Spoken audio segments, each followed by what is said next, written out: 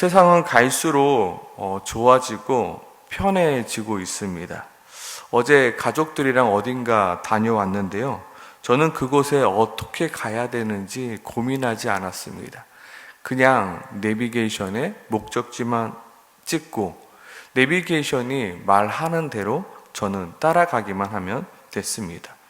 어제도 아내랑 운전 중에 도대체 여기가 어딘지도 모르는 곳을 통과하면서 도대체 내비게이션이 없었을 때는 어떻게 다녔대? 정말 세상 좋아졌다라는 이야기를 나누곤 했습니다.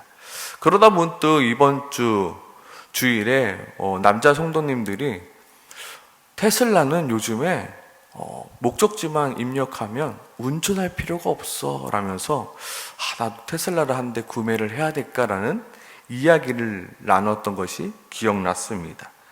어쩌면 향후 몇 년이 후에는 세상이 더 좋아지고 더 편해져서 아마 이런 말 하지 않을까. 옛날에 어떻게 2-3시간씩 운전하면서 다녔대? 지금은 이렇게 자율주행이 있는데 그때는 어떻게 그렇게 힘들게 운전했대? 라며 이야기할 그날도 얼마 남지 않은 것 같습니다. 그리고 요즘 챗 GPT라는 것이 생겨나면서 이 세상은 더 편해지기 시작했습니다. 얼마 전 저희 아이가 아빠, 하늘의 번개는 어떻게 치는 거야? 라고 물어봐서요. 제가 야 그런 건 책을 찾아보면 돼. 가서 책 찾아보자 했는데 저희 집에 책이 없는 겁니다.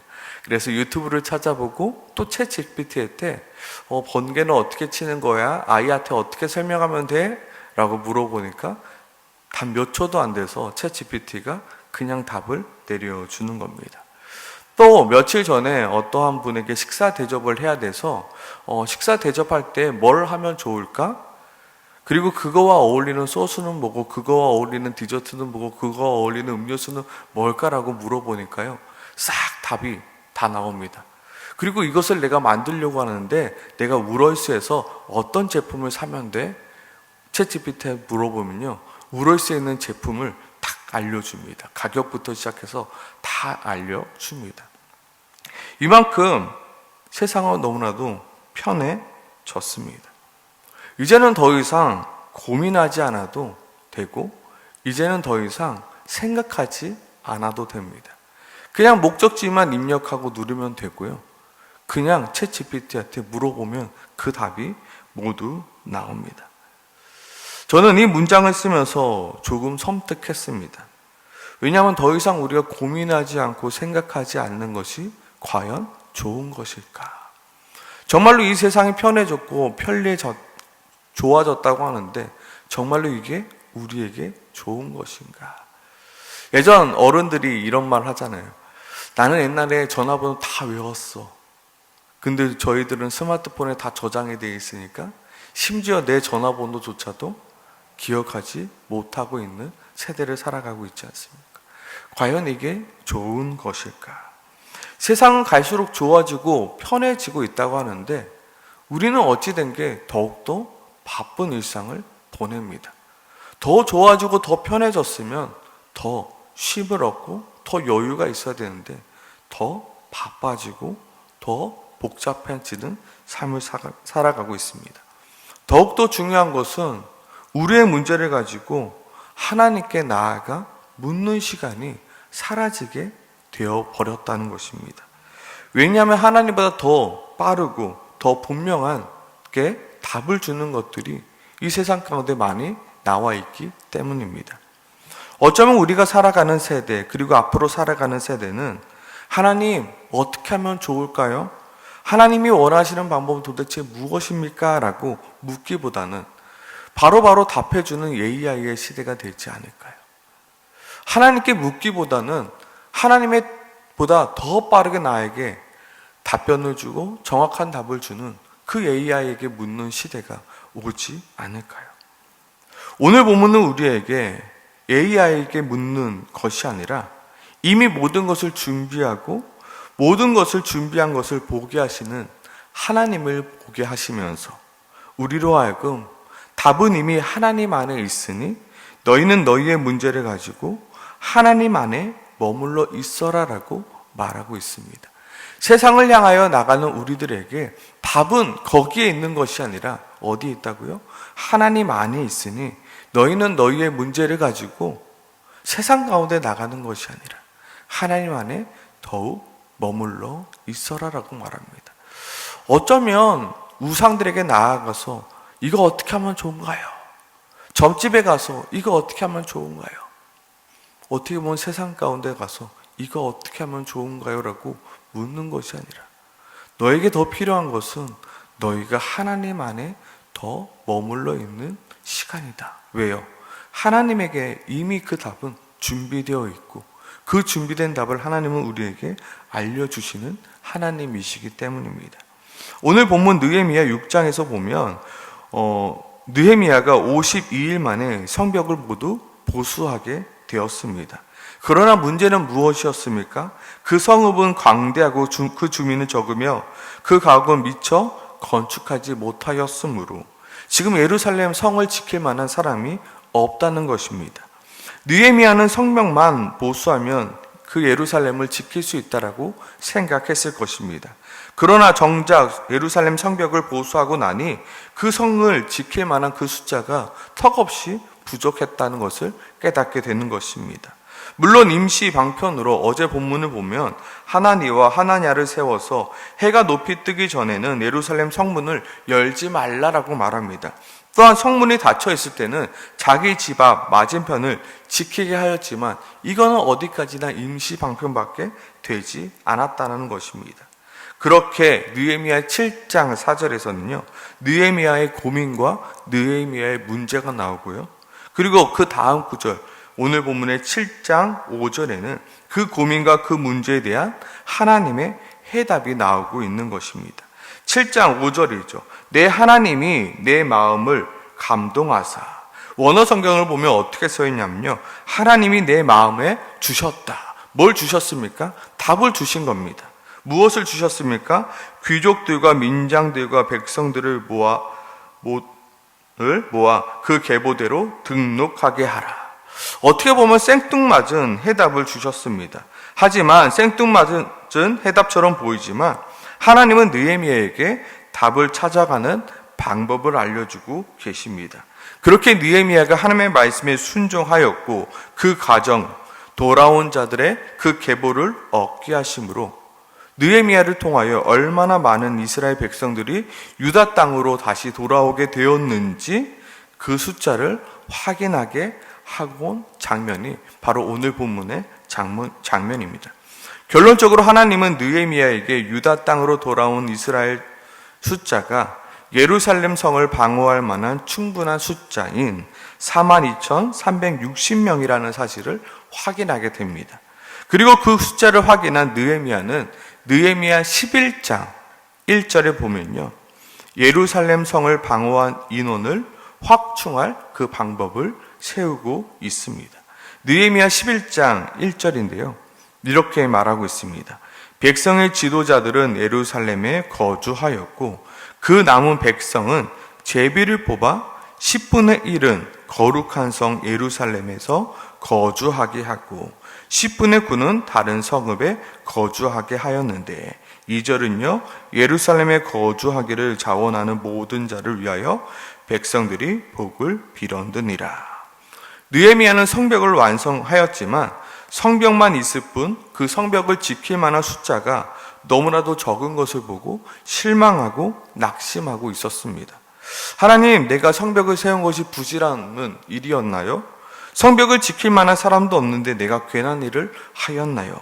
내가 열심히 성벽을 보수하였지만 이것을 관리하고 지킬 사람이 없기에 또다시 예루살렘이 무너질까 두렵습니다라고 지금 그 7장 4절에 두려운 마음을 내비치고 있는 것입니다. 하지만 하나님께서 고민하고 걱정하는 느헤미야에게 귀족들과 민장들과 백성들을 모아 그 계보대로 등록하게 하라는 마음을 주셨고, 그렇게 돌아온 자들의 계보를 통하여 예루살렘을 지킬 만한 충분한 숫자가 이미 유다 땅에 들어왔음을 느헤미야를 통하여 확인하게 하셨다는 것입니다.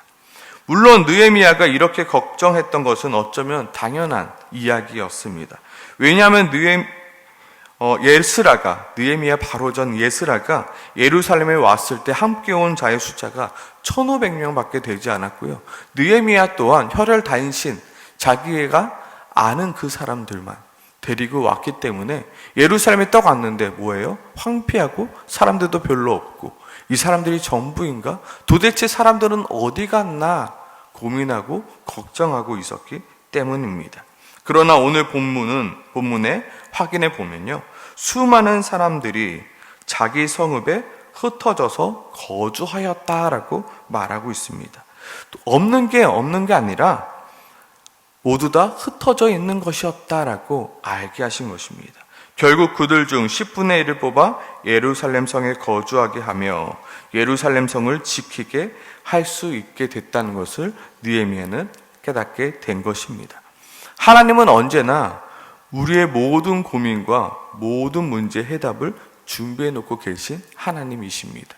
오늘 본문은 그것을 보여주고 있는 것입니다. 느헤미야가 7장 4절에서 성읍에 사람도 없고 이거 어떡하지라고 고민할 때 하나님은 내가 이미 준비해 놨지. 내가 이미 100년 전에 수많은 사람들을 유다 땅에 보내놨지. 그리고 그들이 흩어져서 지금 살아가고 있는데 너가 이 사람들을 싹 모아서 하면 할 수 있어. 내가 충분한 숫자를 해놨거든. 그 중에 10분의 1만 뽑아다 예루살렘에 가둬놓으면 거주하게 하면 충분히 그 성을 지킬 수 있게 내가 미리 준비해 놨지라고 이야기해 놓고 계신 것입니다. 그러나 우리는 어떻게 해요? 느헤미야와 같이 하나님 안에 머물러 있지 않기에 하나님이 우리에게 주시는 그 해답을 받지 못하고 있는 것입니다.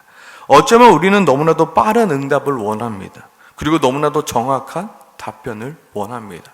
마치 챗GPT에게 나 이런 고민이 있는데 이거 어떻게 하면 좋겠어? 챗GPT는요 10분, 20분 나를 기다리게 하지 않습니다. 단 몇 초 만에 내가 원하는 답을 모두 다 줍니다. 마치 하나님께 우리는 그것을 원합니다. 너무나도 빠르고 너무나도 정확하게 나에게 그 답을 원합니다. 오늘 하나님이 느헤미야에게 얼마나 만에 그 마음에 감동을 주셨는지 나오지는 않습니다. 저는 이 7장 4절과 7장 5절 사이에 한 문장이 숨겨져 있다고 저는 생각합니다. 바로 그 문장은 느헤미야가 하나님께 간절히 기도했다. 느헤미야가 지금 고민하죠. 사람이 없습니다. 어떡하죠? 느헤미야가 하나님께 기도하고 있죠. 그러니 하나님이 느헤미야 마음 가운데 감동을 주사. 과연 7장 4절과 7장 5절 사이에는 얼마만큼의 시간이 흘렀는지 나오진 않습니다. 그러나 느헤미야는요, 이전에도 그랬잖아요. 느헤미야가 예루살렘의 성에 그 소식을 들었을 때 느헤미야가 어떻게 하나요? 금식하고 옷을 찢으며 기도하였다. 똑같이 기도하였을 것입니다. 똑같이 하나님께서 느헤미야에게 응답하실 때까지 느헤미야는 기도하였을 것입니다. 하나님 어떻게 하면 좋죠? 하나님 어떻게 하면 좋죠? 우리는 너무나도 빠른 응답 속에 익숙해져서 즉각적인 응답을 하나님께 요구합니다. 어쩌면 우리에게 필요한 것은 무엇일까요? 하나님의 응답을 진득하게 인내하며 기다릴 줄 아는 마음이 우리에게 필요한 것입니다. 특히 기도 시간에 내 할 말만 하고 일어서는 것이 너무나도 아쉽습니다.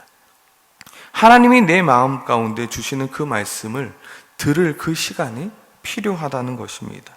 그러나 우리의 기도의 시간은 너무나도 빠릅니다. 마치 3분 카레와 같이 빨리 하나님 빨리요. 하나님 빨리 응답해 주세요 라고 하고 그냥 일어나고 맙니다. 그리고는 다시금 세상 가운데 바쁘게 살아가니 하나님이 우리에게 주시는 말씀을 들을 수 없는 것입니다. 먼저 우리에게 필요한 것은 진득하게 하나님 안에 머물러 있는 시간입니다. 이 새벽 시간이 좀 하나님 앞에 진득하게 머물러 있는 그 시간이 되길 소망합니다. 자기 할 말만 하고 일어나 버리는 것이 아니라 하나님이 내 마음에 주시는 그 말씀을 듣고 일어나는 시간이 필요하다는 것입니다.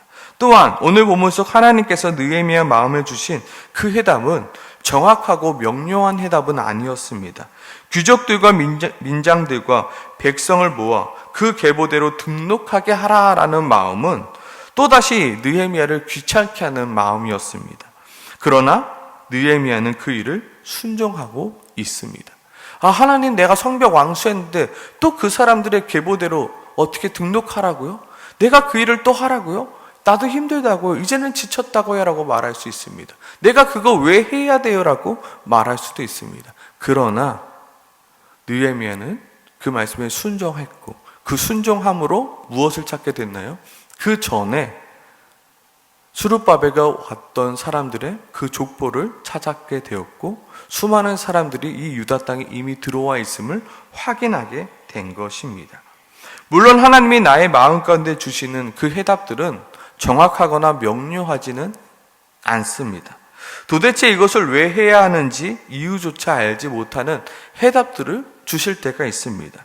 그러나 하나님은 이미 모든 것을 준비해 놓으셨고 모든 것을 아시는 하나님이십니다. 그러므로 우리가 해야 할 일은 뭐냐면요, 믿고 순종하는 일인 것입니다. 하나님, 왜 나의 마음 가운데 이것을 하라고 했는지 나는 이해할 수 없어요. 그렇지만 하나님께서 나에게 마음을 주셨으니 내가 그것에 순종합니다. 나는 왜 이것을 하는지 정확히 알지 못하지만 하나님이 하라고 하시니 내가 순종합니다.